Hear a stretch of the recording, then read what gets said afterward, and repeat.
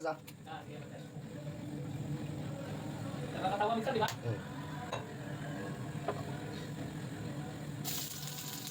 Pero Master, pagka gusto mo kumain, Master, ito din na lang tayo. Oo. Kapag kabuhin natin dito, may paninda pa tayo. Di ba? Oo. Ito din, may karga tayo.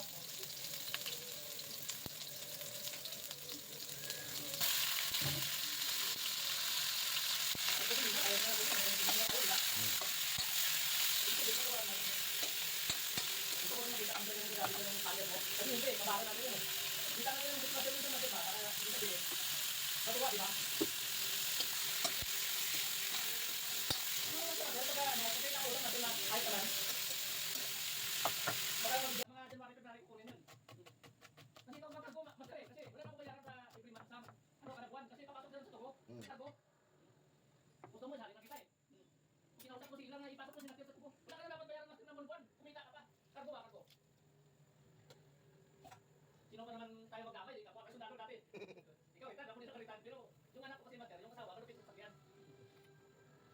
Hindi natin manager na yan, Master, sa Subaru eh. Yung mga kinuntak niya, mga tao na yan.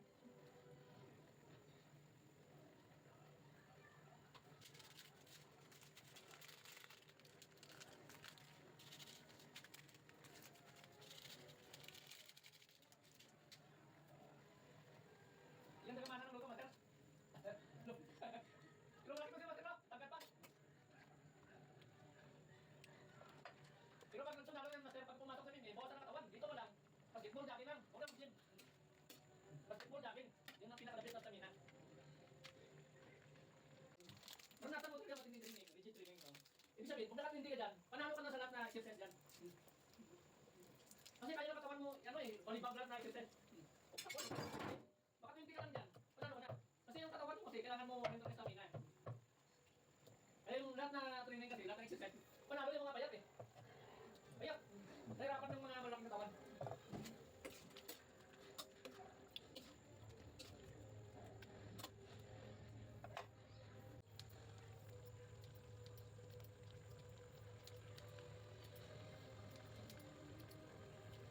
Ako nga maniwala ka dun sa ginadiman natin.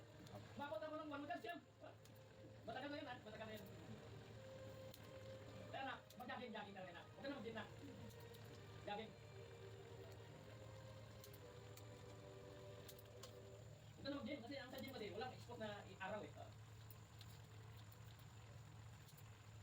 Ay bibili yan anak.